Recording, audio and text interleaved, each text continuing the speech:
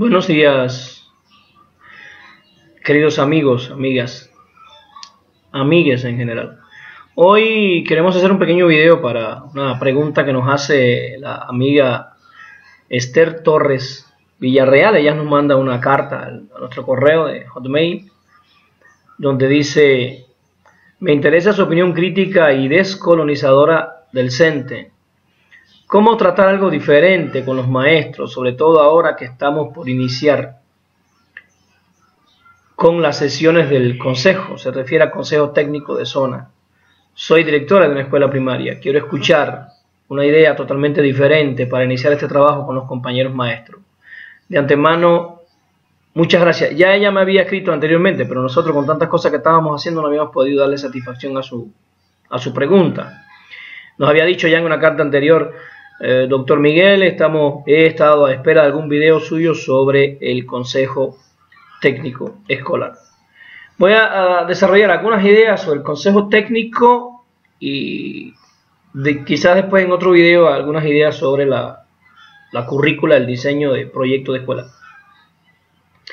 Lo primero que tengo que dejar claro es que el consejo técnico, donde se reúnen los directores de una zona escolar, los ATP, el supervisor de esa zona escolar, tiene la función fundamental de orientar, dirigir el trabajo pedagógico de las instituciones educativas. Esto es desarrollar acciones que permitan elevar, digamos, las características o las potencialidades de los procesos pedagógicos que se desarrollan en las escuelas para asumir los retos y las problemáticas de cada contexto específico. Esto es la educación de los niños, la formación de valores, el desarrollo del aprendizaje, la relación escuela-familia, la educación de los padres. Yo voy a referirme a algunos aspectos que creo que son fundamentales. Me voy a basar en esta exposición en un estudio que hice de las actas de un consejo técnico de una zona de Oaxaca. No voy a mencionar la zona. Hice un estudio sobre las actas del consejo técnico, decía, a lo largo de 3 años seguidos. Tuve todas las actas en mi disposición y empecé a estudiarlas acta por acta, mes por mes, mes por mes, mes por mes, los 3 años. O sea, alrededor de 36 actas. Bueno, faltaron algunas por ahí que se extraviaron, no fueron totalmente las 36. ¿Cuáles son algunas de las características que encontramos en este consejo técnico? No significa que sea en todo, pero los que me están oyendo pueden analizar si en su consejo técnico pasa lo mismo. Una de las primeras cosas fue que en los consejos técnicos, en ese consejo técnico que investigamos, no se le daba seguimiento a los acuerdos. O sea, empezaban a hablar en una reunión directora, levantaban la mano, empezaban a decir cosas. Bueno, sí, necesitamos hacer tal cosa, pero cuando empezaba el otro consejo técnico del otro mes, no se retomaban los acuerdos del consejo técnico anterior para ver si se habían cumplido. Lo que se hace es, en este que estudiamos, vuelvo a repetir, leer el acta del consejo técnico pasado. Se leía el acta del consejo técnico pasado, pasaban la hoja y vámonos otra vez a la reunión. Y así consecutivamente. Yo creo que un consejo importante que se le puede dar a los maestros y maestras que están en los consejos técnicos es, miren, más importante que leer el acta es hacer una lectura de los acuerdos para ver cómo va su cumplimiento. Y lo segundo que encontramos en ese estudio que hicimos de ese consejo técnico fue que se daban las ideas, se decía sí, vamos a hacer tal cosa, pero no se delegaba. No se delegaba, o sea, no se ponía el acuerdo con el responsable con la fecha de cumplimiento.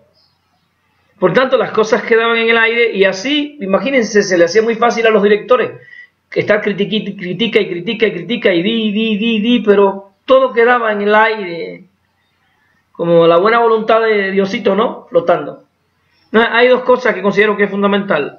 Una es que cada acuerdo que se tome, evidentemente tenga un responsable de cumplimiento, una fecha de cumplimiento, de manera que el consejo técnico pueda dar seguimiento. Y cuando termine un año, pueda decir, en este año tomamos 38 acuerdos. De los 38 acuerdos, se cumplieron tantos y quedaron sin cumplir tantos, y los responsables de los incumplimientos son estos compañeros. Esos acuerdos hay que cumplirlos. Eso es otro consejo que les doy. El tercer elemento que encontramos en las actas de ese consejo técnico que estudiamos por 3 años. No había un estudio diagnóstico inicial para establecer la propuesta de acuerdo. Los acuerdos salían de las propias discusiones. Imagínense ustedes que se reúnen 20, 25, 34 directores a discutir sobre el tema del aprendizaje y en medio de las discusiones aparecen muchísimas ideas, ¿no? Y entonces la gente empieza a proponer ideas y empieza a votar ideas y entonces se dirige el trabajo pedagógico en base, digamos, sin ánimo de ofender, a ocurrencias, porque son ideas que se le ocurren en el momento, en medio de la discusión. Yo creo que es importante que los ATPs consideren que una de sus funciones pedagógicas sería llevar una propuesta de acuerdo al consejo técnico, después de haber hecho un estudio diagnóstico. El consejo técnico está formado por directores, cada director está metido en su escuela con sus problemas. Los directores no tienen una visión general de la zona. Bueno, oyen cosas, ¿no? Tienen una percepción por habladas, por idas y venidas, ¿no? Pero no tienen un estudio de la zona. A ese estudio solo tiene acceso el personal de la supervisión. Entonces a mí me parece que es fundamentalísimo que los supervisores instruyan a sus miembros del consejo técnico, esa debe ser una de sus funciones fundamentales, a que hagan un análisis crítico de la realidad, así se llama en Oaxaca. Y uno de los resultados del análisis crítico de la realidad, porque a veces ocurre que hacen un análisis crítico de la realidad y lo que hacen es redactar en un poco de hojas el análisis crítico de la realidad para meterlo en el informe del proyecto. Bueno, ya tenemos el análisis crítico de la realidad. Aquí están las 10 hojas. ¿Para qué se hizo eso? No es para ponerlo como parte de un proyecto que se entrega a la dirección de la sección 22.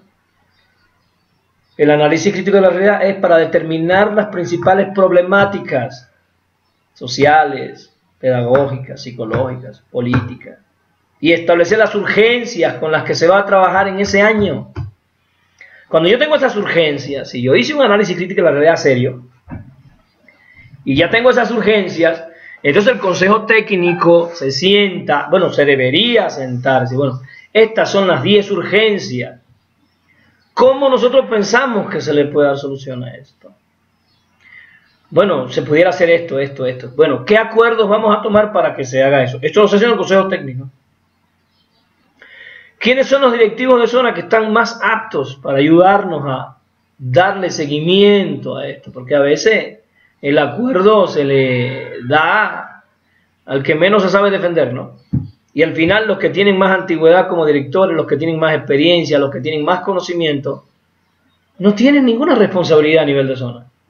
Entonces estamos perdiendo la riqueza pedagógica para dar solución a las problemáticas. Después que el consejo técnico ya tiene una propuesta de acuerdos, ¿sí?, con las personas que ellos consideran que deben, entonces en el consejo técnico se propone. No significa que se va a hacer lo que digan los ATP, significa que los ATP llevan una propuesta al consejo técnico para debatir con los directores, ¿no? Estos acuerdos, es importante que los ATP y el supervisor consideren que no tiene que ser un bulto de acuerdos, ahí están los acuerdos, con esto resolvemos las cosas. Esto se tiene que hacer por problemática.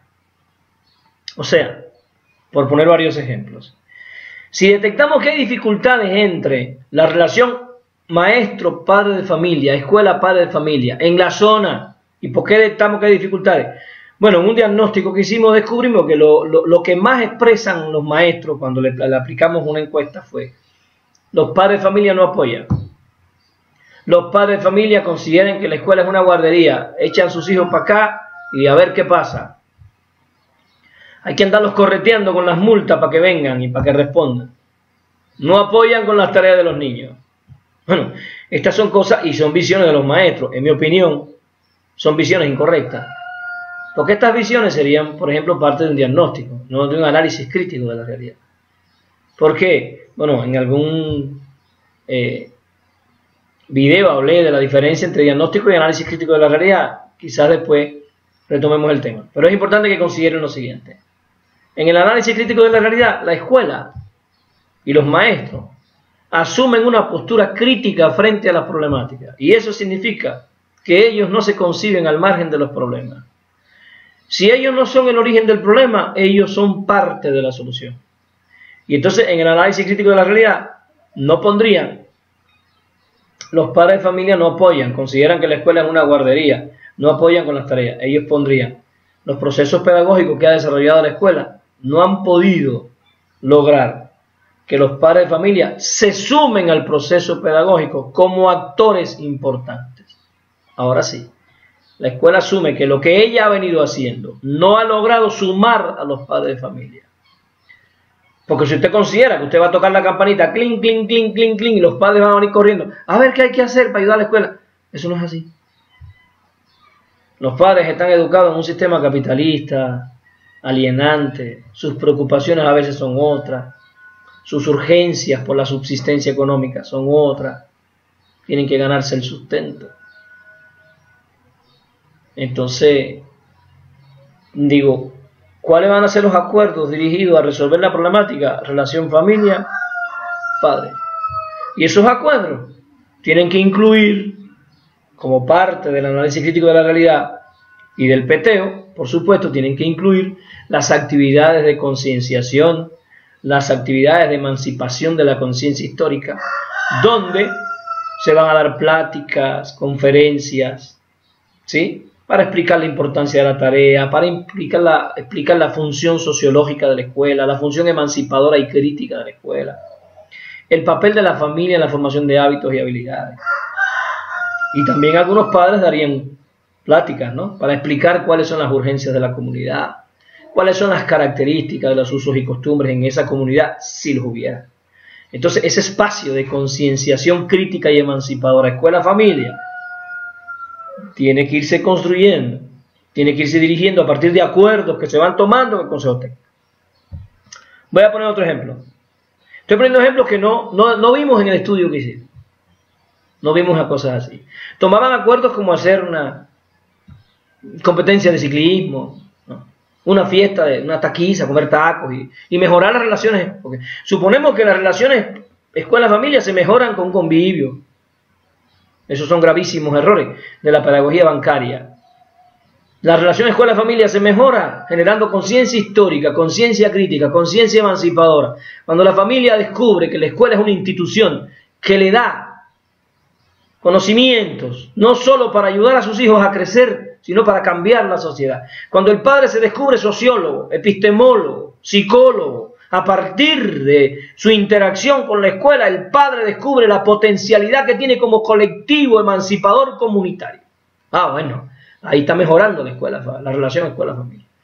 La relación escuela-familia no es llevarnos bien, ay, qué bien, aquí no hay problema, nadie habla de nadie, nos apoyamos y decimos para la pizca y todos a la pizca, felices y cantando el Ave María. No, no cometamos ese error. Podemos llevarnos bien alienadamente. Podemos tener excelentes relaciones y no estarnos emancipando. Puede que no haya ninguna discusión entre la escuela y los padres, ningún problema, director feliz, maestro feliz, padres satisfechos y todos enajenados. Tenemos que estar claros que desde el punto de vista crítico, la relación escuela-familia tiene que convertirse en una ruta para la conquista de la conciencia de clase, de la conciencia histórica de los oprimidos. Entonces, la relación escuela-familia no está exenta de conflictos, porque cuando empecemos a lograr la conquista de la conciencia histórica van a aparecer conflictos ideológicos, diferentes conflictos. Los conflictos no son la medida, la ausencia de conflictos no es la medida de la calidad de la relación escuela-familia.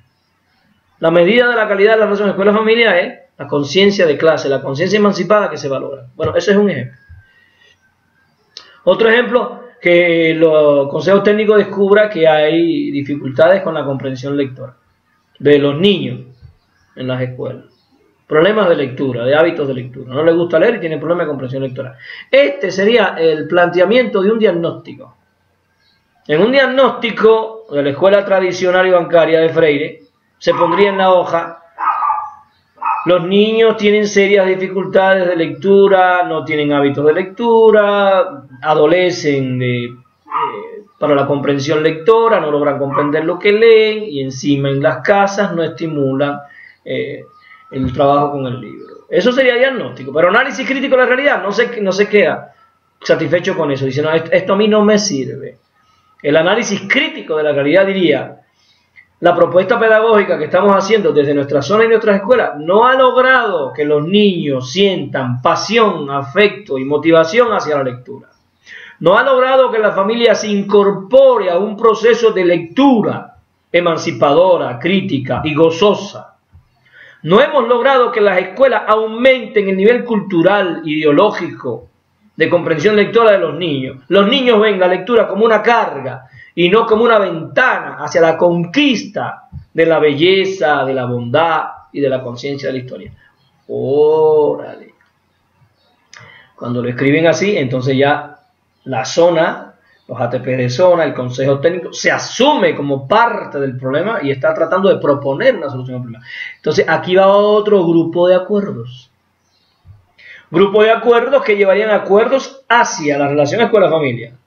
Acuerdos hacia la preparación pedagógica y psicológica de los maestros y la elevación cultural de los maestros. Porque a veces queremos que el niño comprenda lo que lee, pero tenemos un maestro que no lee. Le preguntan los libros que has leído y te dice, el libro, espérame, la Biblia, como dijo aquel, ¿no? En la feria de Guadalajara, el Peña, ¿no? Que dijo la Biblia, pero no completa, me leí algunas hojitas. Y luego la silla del águila, el águila que vuela, aquello de Krauser, que además no era de Krauser. El pobre Carlos Fuentes salió por ahí. Bueno, si yo tengo maestros que llegan a la escuela sin un libro bajo el brazo y que cada mes no andan con un libro de cuento, un libro de poesía, una novela, un libro de psicología, el niño no está viendo eso. Entonces queremos que el niño le guste leer, ¿por qué? Porque le va a caer la cabeza cuando pase por debajo de la planta, un árbol.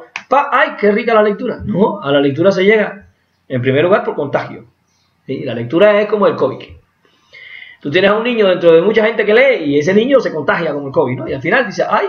Yo quiero, ¿y qué tanta gente está leyendo? ¿Y qué están leyendo? Empieza el niño poco a poco. La lectura se llega por gusto, por placer. Se establece en la escuela un espacio de lectura, de cuentos, 1, 2, 3 veces a la semana. Se leen hermosos cuentos, se invitan a los pares. Yo aquí en la escuela Valerio Trujano, de Ánimas Trujano, tuve una experiencia hermosa. La maestra estableció un día de la semana de lectura de cuentos y los que hacíamos los cuentos los papás. A mí me tocó ir y hacer un cuento y al final ellos seleccionaron ahí y quién había sido el cuento que más les había gustado. Eso está precioso, porque entonces los papás nos incorporamos al proceso y empezamos a buscar un cuento bonito y la maestra pedía, bueno, léanlo, pero además yo quiero que dramaticen algo, yo quiero que a los niños les guste el cuento que el papá trae. Bueno, ahí tienen un ejemplo de cómo la escuela puede integrar a los papás, ¿sí?, en el proceso de búsqueda, no de la comprensión lectora. No nos confundamos, la comprensión lectora viene después, ¿sí?, de la praxis, leer, actividades de lectura, actividades de análisis, de responder preguntas inteligentes. El niño va avanzando en la comprensión lectora, pero para avanzar en la comprensión lectora necesitamos avanzar en la lectura. Porque imagínense un niño que no le gusta leer y tú quieres que comprenda lo que lee. Un niño que no tiene hábito de lectura y tú quieres que comprenda lo que lee. Así no se puede. Tenemos que poner primero los bueyes y detrás la carreta. Entonces, cuando el Consejo Técnico está analizando todo eso, dice, ¿sabes qué? Tenemos que trabajar con los maestros, la motivación de la lectura hacia los maestros, y tal vez el Consejo Técnico incluso decida, bueno, ¿cuáles son los libros que vamos a proponer leer en este año para los maestros? Y entonces decidimos un acuerdo para, en las escuelas, hacer reuniones mensuales para debate y presentación de libros por parte de los maestros, maestros con maestros. Y después, tal vez el Consejo Técnico decida ¿cuáles son los libros que se van a trabajar con el primer grado, el segundo, el tercero, el cuarto, quinto y sexto? Porque a veces eso no está pensado estratégicamente. Se lee lo que sea. Los 3 cerditos andan paseándose por las aulas. Cuando usted va a hacer un análisis se encuentra que ya leyeron Blancanieves, La Bella Durmiente, Los 3 cerditos. Oye, pero esto que es lo que... Bueno, eso son lecturas, sí, pero esas son las lecturas que queremos para abrir la ventana de la emancipación. ¿Por qué no se leyeron los cuentos de José Martí en la Edad de Oro? ¿Por qué no trabajar los cuentos de Horacio Quiroga para desarrollar el amor del niño hacia la naturaleza, a la protección de la naturaleza? ¿Por qué no escoger los cuentos intencionalmente para que además de la lectura, del goce de la lectura, el disfrute de la lectura, yo esté trabajando valores? Porque ¿qué valores yo estoy trabajando con la Cenicienta? No, pero hay muchos cuentos, pero también hay cuentos, ¿no? Hay cuentos que pedagógicamente tienen una relevancia más importante para una escuela que otra. ¿Por qué? Por los contenidos, por la forma de contar el contenido, por el autor del contenido. No es lo mismo trabajar a José Martí, uno de los pensadores más importantes del siglo XIX en este hemisferio, antiimperialista, anticolonialista, un luchador por la libertad de Cuba y de Puerto Rico. No es lo mismo, ¿verdad?, que trabajar La Bella Durmiente. Entonces, el Consejo Técnico tiene que sentarse a discutir ¿qué se va a leer por los niños en este curso? No podemos seguir tratando de resolver el problema de la comprensión lectora dando golpes con los ojos tapados a la piñata y alguien que nos mueve la piñata a ver si de casualidad le damos. No, esto tiene que ser un trabajo pensado desde el Consejo Técnico. Bueno, yo creo que me pasé un poquito más del tiempo que tenía concebido para este tema, pero es un tema muy apasionante. Puse dos ejemplos de cómo los acuerdos del Consejo Técnico pudieran estarse encadenando en problemáticas específicas que se quieren resolver. El primer ejemplo fue la relación escuela-familia y el segundo ejemplo fue la comprensión lectora, el hábito por la lectura, el gusto por la lectura. Le doy las gracias a ustedes por escucharnos, por permitirnos esta pequeña análisis que tal vez nos permitan avanzar. Nos vamos y nos vemos en la victoria, ya lo saben, la victoria es nuestro hábito, o vencemos o vencemos, lo otro es la desaparición definitiva. ¿Sí? Aprovecho para reafirmar la idea de Gatell, este compañero que nos está ayudando con el COVID. Triste que todavía estemos y haya maestros, y ahora que estoy hablando para maestros y maestras que tomen coca y que tomen refresco. Si vamos a salvar al pueblo, tenemos que ser nosotros el ejemplo de ir delante. Hay que expulsar de todas las escuelas nuestras. Eso puede ser un acuerdo con Consejo Técnico. Toda la chatarra. Afuera sabritas, afuera gancitos, afuera porquería de Bimbo, toda esa porquería para afuera. En esta escuela a los niños se les alimenta para que se puedan defender de cualquier virus, de cualquier pandemia, de cualquier enfermedad. No vamos a salvar a nuestros niños comiendo la porquería que las empresas transnacionales nos venden como si fuera algo bueno. A pesar de que la televisora TV Azteca y Canal de las Estrellas cada rato te sacan ahí spots de coca y que eres hasta patriota si tomas coca. Toda esa porquería hay que sacarla de las escuelas y defender a nuestros niños de una vez. Por eso los invito realmente a hacer algo determinado y profundo. Uno de los acuerdos del Consejo Técnico puede ser ese. Afuera toda la chatarra. Aquí se come taquito con chapulincito, que eso nutre. Y su agüita de horchata, su agüita de limón, su agüita de Jamaica. Aquí no se come harina refinada ni se come azúcar refinada. Todo eso para afuera. Para afuera. Porque si no, nosotros no vamos a dar el ejemplo a este pueblo de lo que los maestros estamos dispuestos a hacer para salvarnos no solo de la pandemia, para salvarnos de la colonización cultural que todavía está sobre nosotros. Por eso digo, nuestro hábito es la victoria. Nos vemos allá, en la victoria. Y me despido como Susi, mi hermano, en Cuba. Ya saben. Chao. Pecado.